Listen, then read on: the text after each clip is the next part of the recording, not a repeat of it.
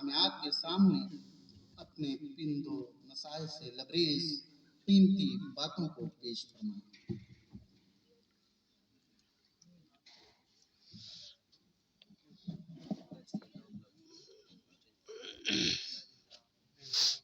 الحمدللہ وکفا والسلام علی عبادہ الذین اصطفیٰ، اما بعد۔ محترم علماء کرام، بزرگوں، نوجوانوں، عزیز بچوں، معزز ماں اور بہنوں، موسم بہت سرد ہے اور دیر سے آپ لوگ اس موسم میں جلسے کی کارروائی سماعت کر رہے ہیں۔ اس وقت زیادہ دیر گفتگو کرنا مناسب نہیں ہے۔ چند باتیں میں مختصر طور پر آپ کے سامنے عرض کر کے اپنی بات کو ختم کروں گا۔ اللہ تعالیٰ کا ارشاد ہے، یا ایھا الذین آمنوا قوا انفسکم واہلیکم نارا وقودھا الناس والحجارہ۔ اے ایمان لانے والوں، اپنے آپ کو اور اپنے اہل و عیال کو اس آگ سے بچانے کی فکر کرو جس کا ایندھن انسان اور پتھر ہو۔ اولاد کی نعمت ایک بہت بڑی نعمت ہے اور سب کو اس بات کی خواہش ہوتی ہے کہ ان کے پاس یہ نعمت موجود ہو۔ اولاد سے محبت ہوتی ہے جو ایک فطری چیز ہے، اور اولاد کے مستقبل کو روشن بنانے کی فکر بھی ہوتی ہے، لیکن ہمیں یہ سوچنا چاہیے کہ ہماری اولاد کا اصل مستقبل کیا ہے۔ ہماری اولاد کا جو اصل مستقبل ہے وہ آخرت ہے،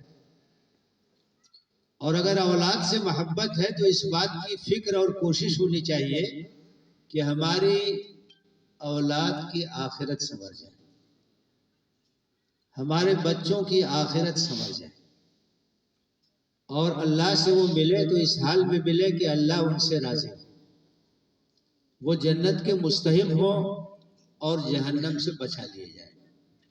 کامیابی کا یہی تصور ہے جو قرآن مجید نے دیا ہے۔ اللہ تعالیٰ فرماتا ہے، کل نفس ذائقۃ الموت، ہر انسان کو موت کا مزہ چکھنا ہے۔ جو بھی اس دنیا میں آیا ہے اسے ایک دن جانا ہے۔ موت کو کوئی ٹال نہیں سکتا ہے، موت کو کوئی روک نہیں سکتا ہے۔ وَإِنَّمَا تُوَفَّوْنَ أُجُورَكُمْ يَوْمَ الْقِيَامَةِ، اور قیامت کے دن تمہیں تمہارے اعمال کا پورا پورا بدلہ ملے گا۔ حساب کتاب ہوگا پائی پائی کا، جو کچھ تم نے کیا ہے اس کا نتیجہ نگاہوں کے سامنے آ جائے گا۔ فَمَنْ زُحْزِحَ عَنِ النَّارِ وَأُدْخِلَ الْجَنَّةَ فَقَدْ فَازَ، تو وہاں جو جہنم سے بچا لیا گیا اور جنت میں داخل کر دیا گیا وہ کامیاب ہے۔ کامیابی یہ ہے کیونکہ آخرت کی زندگی ہمیشہ رہنے والی زندگی ہے۔ وہاں کی کامیابی اصل کامیابی ہے، وہاں کی ناکامی اصل ناکامی ہے۔ ایک حدیث میں اللہ کے رسول صلی اللہ علیہ وسلم نے فرمایا، دنیا میں سب سے زیادہ تکلیف کے ساتھ جو رہا اسے جب جنت میں داخل کیا جائے گا اور جنت کی نعمتوں سے وہ شادکام ہوگا تو اس سے پوچھا جائے گا کہ کبھی کوئی تکلیف تم کو پہنچی تھی، کوئی دکھ ہوا تھا؟ تو جنت کی نعمتوں سے محظوظ ہونے کے بعد وہ دنیا کا سارا غم بھول جائے گا۔ وہ کہے گا مجھے تو کبھی کوئی تکلیف آئی ہی نہیں۔ یہ ہے موازنہ آخرت کا اور دنیا کا۔ اور اس کے برعکس دنیا میں بہت آرام کے ساتھ ایک شخص رہا، ہر طرح کی چیزیں اس کے پاس تھی، ہر طرح کی آسانیاں اس کے پاس تھی، خدا کا باغی تھا، خدا کا سرکش تھا. اللہ تعالیٰ تو یہاں دے کے بھی آزماتا ہے اور محروم کر کے بھی آزماتا ہے. تو وہ آدمی جب جہنم میں ڈالا جائے گا اور جہنم کے عذاب کا جب وہ مزہ چکھے گا، اس سے پوچھا جائے گا کہ کبھی کوئی نعمت ملی تھی، کبھی آرام کا منہ تم نے دیکھا تھا؟ وہ کہے گا کبھی کوئی نعمت مجھے ملی. تو اصل معاملہ آخرت کا ہے، اصل مستقبل آخرت ہے. آخرت میں جو کامیاب ہو گیا وہ کامیاب ہے، آخرت میں جو ناکام ہو گیا وہ ناکام. تو اپنے بچوں کا مستقبل بنانا ہے تو ان کو اللہ کا صالح بندہ بنائیے. دنیا سے کوئی بھاگنے کی بات نہیں ہے، دنیا کے اندر رہنا ہے، سماج کے اندر رہنا ہے، دنیا بھی حاصل کرنا ہے، لیکن اللہ کے تابعدار کی حیثیت سے حلال اور حرام کا خیال کرتے ہوئے، اس کا فرق محسوس کرتے ہوئے. تو یہ بہت بڑی ذمہ داری ہے والدین کی، سرپرستوں کی، کہ اپنے اولاد کی اچھی تربیت کریں، ان کے اندر ایمان کو مضبوط کریں، اللہ اور رسول کی محبت پیدا کریں، دین سے لگاؤ پیدا کریں، قرآن سے تعلق پیدا کریں، نماز کا پابند بنائیں. یہ ذمہ داری ہے. اللہ کے رسول صلی اللہ علیہ وسلم نے ابن عباس رضی اللہ تعالیٰ عنہما سے چھوٹے سے کہا، یا غلام انی اعلمک کلمات، بیٹے چند باتیں تمہیں میں بتاتا ہوں. اپنی طرف متوجہ کیا. اس کے بعد آپ نے کہا احفظ اللہ یحفظک، تم اللہ کے احکام کا خیال رکھو، اللہ تمہاری حفاظت کرے گا. احفظ اللہ تجدہ تجاہک، تم حدود الہی کا پاس رکھو، اللہ اپنی رحمت کے ساتھ تمہاری طرف متوجہ رہے گا. پھر آپ نے کہا وَإِذَا سَأَلْتَ فَاسْأَلِ اللَّهَ، جب مانگو اللہ سے مانگو. وَإِذَا اسْتَعَنْتَ فَاسْتَعِنْ بِاللَّهِ، مدد چاہو تو اللہ سے مدد چاہو. یہ کیا ہے؟ یہی توحید ہے. ایک چھوٹے سے بچے کے ذہن میں اس بات کو اتارا جا رہا ہے. یہ بڑوں کی ذمہ داری ہے بچپن سے اللہ کے بارے میں، اللہ تعالیٰ کی صفات کے بارے میں، آخرت کے بارے میں، رسول اللہ صلی اللہ علیہ وسلم کے بارے میں بتائیں. آپ نے کہا اس بات کو یاد رکھو، دنیا کے سارے لوگ مل کے تم کو اگر نفع پہنچانا چاہیں نہیں پہنچا سکتے مگر اتنا جتنا اللہ نے لکھ دیا. سارے لوگ مل کے تم کو نقصان پہنچانا چاہیں نہیں پہنچا سکتے مگر اتنا جتنا اللہ نے لکھ دیا. رفعت الاقلام وجفت الصحف، قلم اٹھا لیے گئے، صحیفے خشک ہو گئے. اللہ کا جو فیصلہ اس کے خلاف نہیں ہو سکتا. یہ ایمان ہونا چاہیے ایک مسلمان کے اندر. اللہ بچانا چاہے آپ کو کوئی نقصان نہیں پہنچا سکتا، اللہ نقصان پہنچانا چاہے آپ کو کوئی بچا نہیں سکتا. اپنے بچوں کے اندر اللہ کی محبت پیدا کی، توحید کا عقیدہ ان کے دل کے اندر پیوست کیجیے، آخرت کا عقیدہ ان کو سمجھائیے، رسالت کا عقیدہ ان کو سمجھائیے، قرآن کی عظمت ان کے دل کے اندر بیٹھائیے، ان کو نماز کا پابند بنائیے، قرآن پڑھنے سے ان کے اندر دلچسپی پیدا کیجیے. آپ نے کہا مروا اولادکم بالصلاۃ ل7 واضربوہم ل10. بچہ 7 برس کا ہو گیا اس کو نماز پڑھنے کا حکم دو تاکہ بچپن سے عادت ہو جائے. 10 سال کا ہو گیا نماز نہیں پڑھ رہا اس کو سزا بھی دو. بچوں کو اپنے ساتھ مسجد لے آئیے. تو یہ بہت بڑی ذمہ داری ہے. اللہ تعالیٰ نے اولاد کی شکل میں جو نعمت دی ہے ان کو اللہ کا صالح بندہ بنائیے، ان کی صحیح تربیت کیجیے. دنیا کے ہر میدان میں وہ آگے جائیں کوئی بات نہیں، لیکن پہلے ان کی دینی تربیت کیجیے، ان کی ایمانی تربیت کیجیے، ان کی روحانی تربیت کیجیے، ان کی اخلاقی تربیت کیجیے. کلکم راعٍ وکلکم مسئولٌ عن رعیتہ یوم القیامہ. اللہ کے رسول صلی اللہ علیہ وسلم فرمایا تم میں ہر ایک نگراں ہے اور تمہاری نگرانی میں جن کو دیا گیا ان کے بارے میں قیامت کے دن پوچھا جائے گا. اللہ تعالیٰ کے ہاں جواب دینا پڑے گا. تو ایک ذمہ داری یہ بہت بڑی ہے کہ ہم اپنے اولاد کی صحیح تربیت کریں، پھر ان کو تعلیم کے میدان میں آگے بڑھائیں، ان کے اچھے اخلاق پیدا کریں، اچھا کردار پیدا کریں. دوسری ذمہ داری یہ ہے کہ گھروں کے ماحول کو دینی ماحول بنانے کی کوشش کیجیے. دیکھیے گھر وہ اسکول ہے جہاں سب سے پہلے بچوں کی تعلیم ہوتی ہے. گھر کے اندر اگر دینداری ہوگی بچوں کے اندر دینداری ہوگی، گھر کے اندر اگر روحانیت ہوگی بچوں کے اندر روحانیت ہوگی، گھر کے اندر اللہ اور رسول کا ذکر ہوگا بچوں کے اندر اللہ اور رسول کی محبت پیدا ہوگی۔ یہ بہت بڑی ذمہ داری ہماری ماؤں کی ہے، بہنوں کی ہے، خواتین کی۔ اسلامی معاشرہ بنانے میں مردوں سے کسی طرح سے بھی کم ذمہ داری عورتوں کی نہیں، عورتوں کی بہت بڑی ذمہ داری ہے کہ گھر کے ماحول کو ایک ایمانی اور روحانی اور اسلامی ماحول بنانے کی کوشش کریں، جہاں اللہ رسول کا ذکر ہو، جہاں نماز کی پابندی ہو، جہاں قرآن کی تلاوت ہو، جہاں سیرت نبی پڑھ کے سنائی جائے، جہاں صحابہ کا ذکر ہو، جہاں صحابیات کا تذکرہ ہو۔ آپ نے دیکھا ہوگا چھوٹے چھوٹے بچے وہ ہر چیز کی نقل کرتے ہیں۔ ماں جب مصلی پہ کھڑی ہوتی ہے تو بچہ جو چھوٹا سا ہے، بچی جو چھوٹی سی ہے، وہ بھی کھڑا ہو جاتا ہے۔ ماں جب ہاتھ باندھتی ہے تو وہ بھی ہاتھ باندھ لیتا ہے۔ ماں رکوع کرتی ہے، سجدہ کر، وہ بھی نقل کرتا ہے۔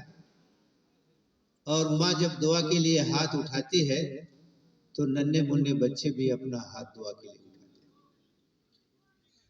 گھر کے ماحول کو بنانے کی ضرورت ہے، اور لوگ خیال نہیں کرتے 4-5 سال کی عمر تک بچے جو کچھ دیکھتے ہیں ان کے ذہن میں نقش ہو جاتا ہے، اس کے اثرات زندگی بھر رہتے ہیں۔ اچھا نمونہ پیش کیجئے، جیسا آپ نمونہ پیش کریں گے اسی طرح کے بچے تیار ہوں گے۔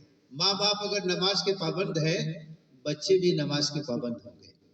ماں باپ اگر تلاوت کرتے ہیں بچے بھی تلاوت کریں گے۔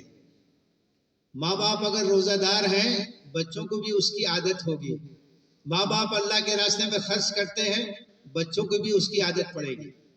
تو گھر کا جو ماحول ہے اس ماحول کو دینی بنانے کی ضرورت ہے، اسلامی بنانے کی ضرورت ہے، روحانی بنانے کی ضرورت ہے۔ گھر وہ مدرسہ اور اسکول ہے جہاں ہر بچے کی پہلی تعلیم ہوتی ہے، ابتدائی تعلیم ہوتی ہے، اس کے بعد وہ مدرسے میں آئیں گے، اس کے بعد وہ فارمل اسکول میں آئیں گے۔ تو گھروں کو بنانا یہ ہماری عورتوں کی ذمہ داری ہے، خواتین کی ذمہ داری ہے۔ وہ دین کو سیکھیں، قرآن کا مطالعہ کریں، سیرت کا مطالعہ کریں، حدیث کا مطالعہ کریں۔ بچیاں تعلیم یافتہ ہو وہ درس کا اہتمام کریں، قرآن کا درس ہو، حدیث کا درس ہو، سیرت نبوی کا درس ہو، اسلامی احکام بتائے جائیں، مسائل بتائے جائیں، تاکہ گھر کا جو ماحول ہے وہ ایک دینی ماحول بن سکے اور اس میں پرورش پانے والے بچے وہ اللہ اور رسول سے محبت کرنے والے۔ تیسری جو بات مجھے کہنی ہے وہ نوجوانوں سے متعلق ہے۔ نوجوان کسی قوم کا مستقبل ہوتے ہیں۔ نوجوانوں کے اندر گرم خون ہوتا ہے، ان کے اندر توانائی ہوتی ہے، ان کے اندر حوصلہ ہوتا ہے، ان کے اندر قربانی کا جذبہ ہوتا ہے، وہ جدوجہد کر سکتے ہیں، سنگھرش کر سکتے ہیں، ان کے عزائم جوان ہوتے ہیں، ان کے رگوں میں دوڑنے والا خون گرم ہوتا ہے۔ جوانی کا پیریڈ یہ بہت اہم پیریڈ ہوتا ہے، یہ کریم آف دا لائف ہے، زندگی کا سب سے اہم پیریڈ وہ جوانی کا ہے، جب انسان بہت کچھ کر سکتا ہے۔ اس کی قدر کرنی چاہیے۔ قیامت کے دن خاص طور سے جوانی کے بارے میں پوچھا جائے گا کہ تم نے اپنی جوانی کو کہاں لگایا تھا۔ عام طور سے لوگ جوانی میں غافل ہوتے ہیں، صحیح مقصد کے لیے اپنی جوانی کو نہیں لگاتے۔ کوئی آج تک نہ سمجھا یہ شباب ہے تو کیا ہے، یہی جاگنے کے دن ہے، یہی نیند کا زمانہ، یہی وہ زمانہ ہے کہ اس میں اگر آپ جاگ گئے تو سنور جائیں گے، بن جائیں گے، غافل ہو گئے، سو گئے تو آپ کی زندگی برباد ہو گئی۔ اپنی جوانی کی قدر کیجیے، اپنے دین کو سیکھیے، اللہ سے اپنا رشتہ مضبوط کیجیے، ایجوکیشن کی فیلڈ میں آگے بڑھیے، اسکل پیدا کیجیے، اپنے اندر ہنرمندی پیدا کیجیے، اپنے اندر کوالٹی پیدا کیجیے، اپنے اندر آپ سماج میں کام کرنے والے ہو، اسلام کی خدمت کرنے والے ہوں، لوگوں کے کام آنے والے ہوں۔ ایک مومن نوجوان ایسا نوجوان ہوتا ہے جو پورے معاشرے کو فیض پہنچاتا ہے، پورے معاشرے کو اس سے فائدہ پہنچتا ہے۔ تو آپ اسلام کے نوجوان، آپ مسلمان نوجوان، آپ کے آئیڈیل صحابہ کرام رضوان اللہ تعالیٰ علیہ اجمعین، صحابہ کرام رضوان اللہ تعالیٰ علیہ اجمعین کی اکثریت نوجوانوں کی تھی۔ آپ ان کو اپنا آئیڈیل بنائیے۔ حضرت مصعب ابن عمیر رضی اللہ تعالیٰ عنہ کو اپنا آئیڈیل بنائیے، حضرت عبداللہ ابن عمر رضی اللہ تعالیٰ عنہ کو اپنا آئیڈیل بنائیے۔ حضرت مصعب ابن عمیر رضی اللہ تعالیٰ عنہ مکے کے ایک بہت ہی مالدار گھرانے سے تعلق رکھتے تھے اور بہت ہی ناز و نعم میں پلے تھے، لیکن جب وہ مسلمان ہو گئے تمام چیزوں سے محروم کر دیے گئے، اور ان کا حال یہ تھا کہ ایک دن اللہ کے رسول صلی اللہ علیہ وسلم کے پاس آئے تو آپ کے جو کپڑے تھے پیوند لگے ہوئے تھے۔ آپ نے کہا کہ یہی وہ نوجوان ہے کہ مکے میں اس سے اچھا کوئی کپڑا نہیں پہنتا تھا، اس سے اچھی کوئی خوشبو نہیں لگاتا تھا، آج اللہ اور رسول کے لیے اس نے سب کچھ قربان کر دیا۔ وہ آپ کے آئیڈیل ہے۔ اور جب مدینے سے کچھ لوگ آئے اور اللہ کے رسول صلی اللہ علیہ وسلم کے ہاتھ پہ ایمان لائے اور انہوں نے کہا کہ ہمیں ایک معلم دے دیجئے جو چل کے مدینے میں اسلام کی روشنی گھر گھر پہنچائے، تو اللہ کے رسول صلی اللہ علیہ وسلم کی نظر انتخاب کس پر پڑی؟ حضرت مصعب بن عمیر رضی اللہ تعالیٰ، اسی نوجوان پہلے داعی کی حیثیت سے، اللہ کے رسول کے پہلے سفیر کی حیثیت سے، پہلے نمائندے کی حیثیت سے وہ مدینہ منورہ گئے اور اتنی حکمت سے کام کیا کہ سال بھر کے اندر اندر مدینے کے گھر گھر میں اسلام کی روشنی پہنچ گئی، اور اگلے سال وہاں سے 70-75 لوگ آئے حج کے موسم میں۔ بیعت عقبہ ثانیہ کا واقعہ ہوا اور اس کے بعد ہجرت کا واقعہ۔ تو یہ ہمارے آئیڈیل ہے۔ آج ہمارے نوجوان نہ جانے کس کو اپنا آئیڈیل سمجھتے ہیں، اپنے لیے آدرش نہ جانے کس کو سمجھتے ہیں۔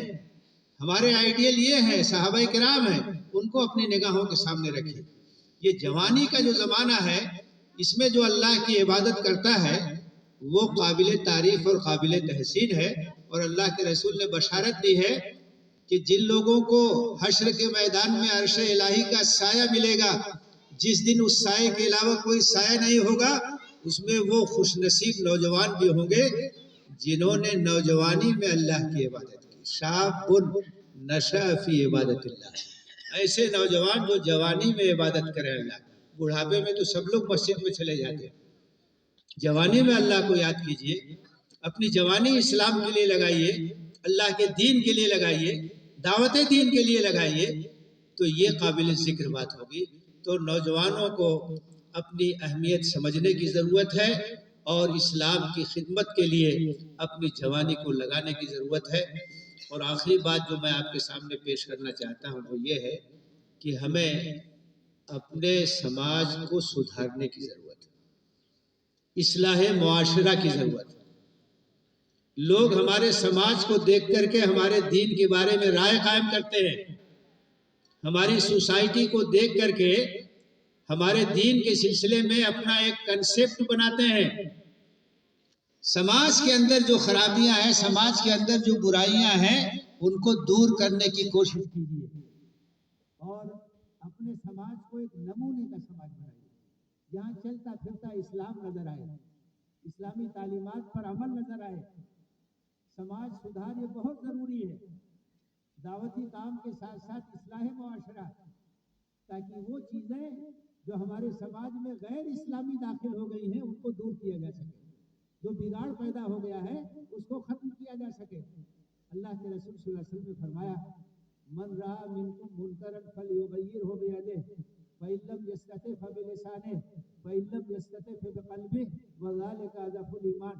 تم میں سے جو کوئی برائی دیکھے اسے چاہیے کہ طاقت کے ذریعے اس کو روک دے، اگر طاقت کا استعمال نہ کر سکتا ہو تو زبان سے اس کے خلاف اظہار خیال کرے، اور اگر کسی وجہ سے زبان کا استعمال بھی نہ کر سکتا ہو تو دل میں تو نفرت ہونی چاہیے، دل میں تو کڑن ہونی چاہیے، دل میں تو تکلیف ہونی چاہیے اس برائی سے، اور یہ عزم اور ارادہ ہونا چاہیے کہ جب میرے پاس طاقت ہوگی میں زبان کا استعمال کروں گا، میں اپنی طاقت کا استعمال کروں گا بھائیوں ہمارا سماج اگر بگڑا ہوا رہے گا تو یہ اسلام کو پھیلنے کے راستے میں ایک رکاوٹ بن جائے گا. لوگ اسلام کے بارے میں غلط رائے قائم کریں گے, بدگمانی میں مبتلا ہوں گے. اس کی اصلاح ہے.